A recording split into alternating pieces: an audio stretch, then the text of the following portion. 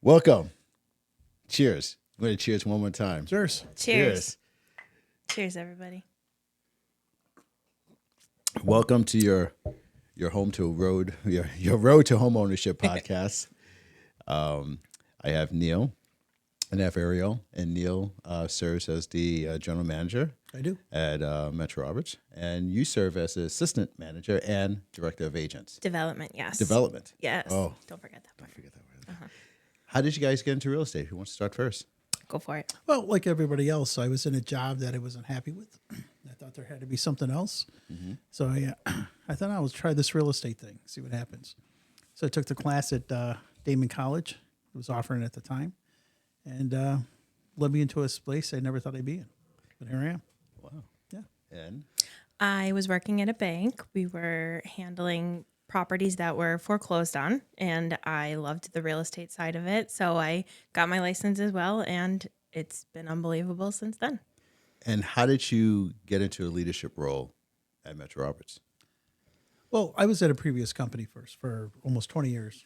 Okay. And I was an agent for 8, a manager for about 13. And how I got into leadership is they just approached me one day and said, "Hey, you want to be a branch manager?" Sure, I'll try it. Okay. And the rest is history. So I was there for 13 years. And then one day I got a call from Jim Roberts. And we started a conversation and we went on this journey together. And here I am, 5.5 years later. Oh, that's great. Yeah. That's awesome. I started with Metro as just an agent at first, and then Jim had a position for the agent development with recruiting. Yeah. And I was a new agent, not too previous from that moment, and I just loved helping new agents, bringing them on, letting them not be scared and going with there. And then I shared with Neil when he started, I'd love to be in management, and the growth in the company has just continued to shoot up from there. Wow. Well, what kind of things you kind of see shifting in this market, and what do you kind of see in the next few years? What's going on? What's the I job? think we keep using the term paused market for this year. Yeah. Okay. On hold for a bit. And that's with the listings. Okay. But they drive the market. Right. Yeah. Right? When you don't have enough inventory, if you don't have anything to sell, it's a challenge. Although we're ahead of last year. And we say to each other, what are we selling? Because there's a disproportionate number of listings on our sales boards to sales. And it's probably a third of our sales. So we're selling, we're doing good, and the agents luckily are doing okay. But we have this shortage of inventory, and that is the biggest problem in the market. And I really don't see that changing this year or next year unless something drastic happens with, nationally or worldly. But right now, no one's giving up their homes. No. The rates right now also aren't as scary as they were at the end of last fall. So a lot of buyers are more out there still with no inventory. Yeah. And like Neil said, unless something drastically changes, you have so many people from 5 years ago that refinanced at a 2% rate. Yeah. They're not going anywhere. Yeah, on my end, what I'm seeing, rates they're always been somewhere in that mid 6%, historically, right? Mm-hmm. If you kind of look at where rates have been, and last, I would imagine, 5-6 years or so, we had this environment of a low rate environment, right? So that just drove everything, kind of crazy, right? So now rates are kind of back at that normal level, but homes appreciated so much. For sure. Right? Oh, absolutely. So, when I purchased my first home, I think I purchased it at $75,000. The rate was 7%. And my payment was about $700. And now you have a lot of people going in. That home is now worth $300, $300,000, Yeah, and it's at 6.5%, 7%. Yep. Payment's a lot higher. So Much higher, You yeah. see a really big difference. So what are you guys doing to kind of prepare your agents for the challenges, or not challenges, just a different market? What kind of things are you doing? My number one thing that comes to mind is our training and education. Yeah, so there's a national training. It's called Brian Buffini Yeah. training. And it's expensive, right? And, agents have to pay for it. But Jim Roberts has decided he's going to pay for it for them. And Ariel's our facilitator this year. And she's facilitating Thursday day and Thursday night. And the people we found that come into this training, you have maybe 30, 40 Yeah. people in it. About 30, yeah. In between the day and the night class, usually come out of this market better. right? They have that intentional activities every single day that Buffini and Ariel's speaking to, that they hold accountable next week. And it shows that if we continue to do this, you'll see some better results than doing nothing or just waiting for the phone to ring, because those days are over. There's a lot of new agents in there. Yesterday, we were sharing experiences of, it's been going on for about 7 or 8 weeks now. So how's it going? Have you been seeing results? And these brand new agents are saying that they've had conversations they haven't had before because of what they've been following with this Buffini class. So that was really great to hear. That's pretty cool. Yeah. And that's what you have to do. You just have to stay in contact, and that's what they're doing, and ready for the market. Yeah, I see the training schedule that comes out every single month, and it's pretty impressive. Almost every day, there's a different type of training, from marketing, from Canva to, Brian Buffini to, I'm rolling out a financing 101 that we just put out there. It's so we're going to put that out there on Thursdays too. So it's that constant training. Constant training is going to help agents kind of. Yep. Keep And it's themselves well-rounded, apart. like you just said, from technology to financing to our vendors that we bring in to paperwork to the changes. It's everything to have them it's ready pretty to cool. go. Yeah, it is. It's very cool. What now? Let's talk about the culture of Metro Roberts, because I've been at other shops and I worked at other places, and the culture here is very different. Can you just explain that a little bit? Like, it's I'll a let you different vibe. start. It's I have a different vibe. saying, but I'll let Neil go first. Okay, I'll take it. Well, it's simple. Yeah. When you create a culture, Jim Roberts, and Jim Roberts is a passionate guy, right? But he's lighthearted, and he's a lot of fun. He's going to tell you what you need to hear, not what you want to hear. Yeah. But he's extremely generous, probably the most generous of any real estate owner that I've ever met. And when you create that culture, you attract like people, right? So one of the first things that we are concerned about when we meet somebody, whether an employee or an agent, an independent contractor, is that if you fit our culture. Meaning, are you a good person? Are you willing to share what you know? Are you willing to have an open mind and learn, right? That's all it takes, right? It's not rocket science. And when you create that, and then those agents find like people and bring them to Ariel and I, who are the recruiters for the company, obviously. And if we feel that we're a good fit for each other, we bring them on. We brought in 14 in March. Wow. Yeah, it was our best month. Best month, 14. Yeah. So the word's out. But we're not for everybody. No. And everybody's not for us. And so we meet. No one gets in without meeting. And we just want to make sure that we're a good fit for each other. And if you continue to do that, we'll be able to grow and keep our culture. Keeping it there, just good-hearted people. It starts with Jim, who just wants to help people, Absolutely. down to our staff that just want to help people. Our agents just want to help other agents, and that's exactly what it is. So what kind of qualities you look for in a new agent bringing on board? Like what are the things you look at? Personality-wise, like we just mentioned, that, always there to help, kind of just willing to see the value in what we're mentioning that we have to offer at the brokerage. Also, probably, you can correct me if you agree or not, but I'm looking for that determination, not someone who's just going to go to the classes and expect the leads to come to them. There's a lot more to that in real estate. So I need to see they have that drive, that they're willing to not only go to the trainings and learn, but to do that extra work outside of it. 100%. People are coming from different careers. They've been in maybe 20 years, and they're good at it, right? They're efficient. They're nurses, they're teachers, they're firemen, they're policemen, and they're excellent at what they do. But in order to start this, you got to be humbled, right? It's a humbling experience. You're starting from scratch. You get beat up a little bit. You got to be teachable, and that's what I look for. Yeah, right. That's perfect. So, in the next 12 months in real estate, what do you guys see? I could kind of I'll share a little bit too on my end, but Yeah. what do you guys see? Go first. I still see this kind of paused market that we're in. I don't Yeah. see the inventory changing. I hope I'm wrong, but I don't.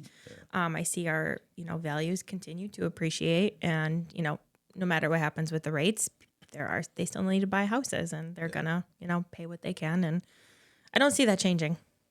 I don't either. I think it's a lot of the same. Yeah.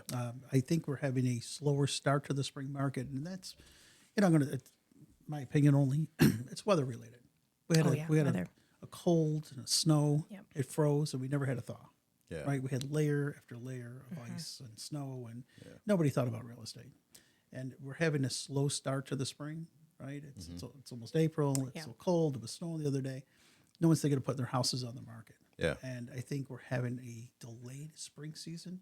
But like Ariel said, I think we're going to have a very similar year to 24, maybe a few less deals because we had such a slow start, lack of inventory. As a brokerage, it's a good thing for us because agents are looking for the safe port right now. Yeah. And that's why we're growing. I like to think it's myself or Ariel or Jim. It's that we're the safe space in real estate right now for an agent. Yeah. And so it's beneficial to us. For agents, if you're going to do less deals, one or two less than last year, you might as well make more money per deal. Absolutely. We met with an agent this past month, and she had explained to us that she paid her previous brokerage over $60,000 last year. $60,000. Holy smokes. And that's a big difference now. Yeah. If you aren't going to have the same year this year as you did last year with the cap that we have our commission structure, you can, have a different year and still make so much more money here. And people are starting to really see that. Well, that's why you recruited so many in March. Yes, because we did. people see this. And what I see people doing things differently. I see people doing things, trying to figure out, okay, this is going to be a different market. I think a lot of, I've been in an industry for a long time. I think we all have. And it used to be back in the day, right? Mm-hmm. It was always kind of slow first quarter. People took vacations. That was a great time to kind of retool everything, sharpen up the saw, all that stuff, get things ready. I think agents got used to in an environment where rates were really low, along with loan officers too. Yep. And now it's like, okay, what do I do? So I see a lot of people doing things differently, and I love to see that. I love to see that because it makes people put some outside their comfort zone, right? That's comfort. That's where it's been so long. We would speak with people and they loved what we have to offer, but they were comfortable at their current brokerage, and now they're stepping out. They have to. You have to get with the times, and they're changing. They're stepping out and they're giving us a shot. And I tell everyone, once you feel uncomfortable and you go through something, you grow. You grow from Absolutely. it, right? So I'm seeing agents doing very different things. I love to help out with that stuff, and we're all doing it together. Right. And I think to kind of recap, like the culture of it is a big whole collaboration from the training to everything else. And it's really cool to see. So yeah, for sure. I have 5 fun questions. Ooh, we're ready. Okay, before you guys hit the road, okay? Yeah. So take a drink. Everyone take a drink. Yeah, I need to prepare Let's for this. take a drink for this. Okay. All right. All right, let's do it. All right. What's the one thing people will be surprised to learn about you? Neil. That's easy. I've delivered 9 babies. Oh. I was on my previous career. I did not know that. Yeah, bam, right? I wish I went first. Yeah. Oh my God.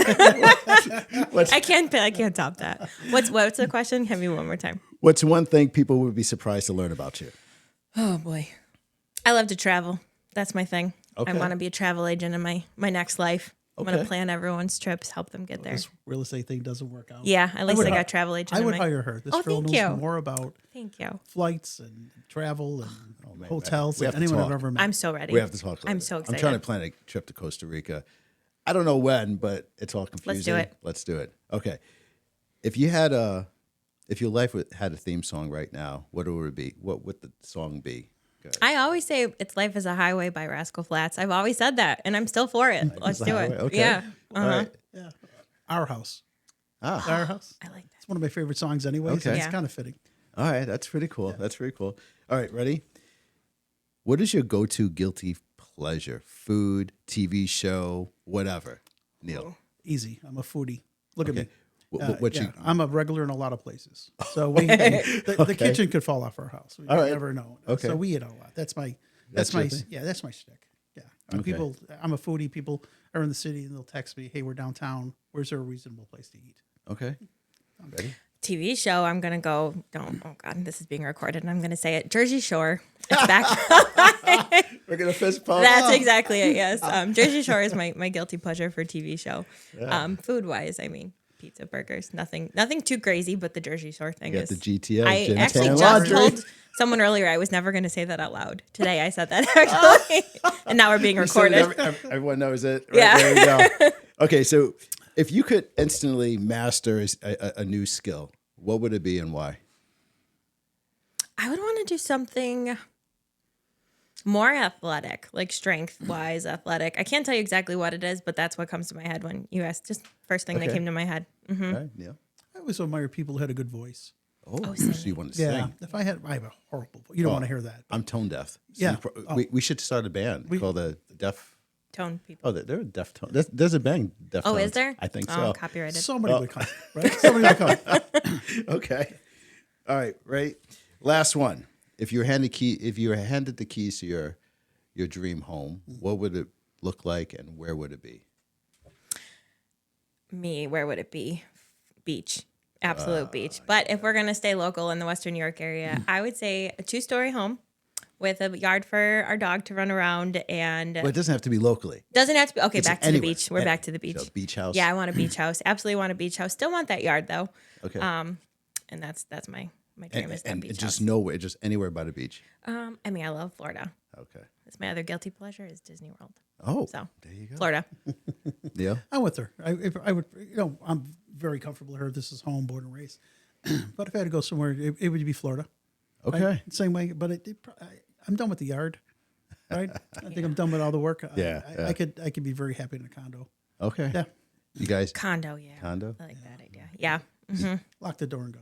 Yep. you guys had fun? Loved this. Oh, I hope we can come back one day. yeah. Yeah, So, absolutely. Is it over? It's over. Oh, That's it. You know, all right. easy peasy. Yeah, is great. it was You very know, easy. we got some. Thank you. This was fun. It was a great time. Well, Yeah. Well, thank you for coming on. Thanks for having Thanks me. for having us. And- Yeah. I love the digs. Yeah. You want to hear some sound effects? Listen. Sure. So we have this thing ready, and then we have this, and this is my favorite. So I'm gonna look at this camera. Ready? Watch this. Oh, nice. That's like As my- you walk into the house. So when I did You that said that look, when you said Disney. That would have been nice. oh, I didn't think I of that. ready. I love Disney World. Magic. There you go. All right, guys. Thank you very much. Thanks for for coming having on. Thanks for having us. us, Anthony. Thank you. Bye. It's great. Have a good one.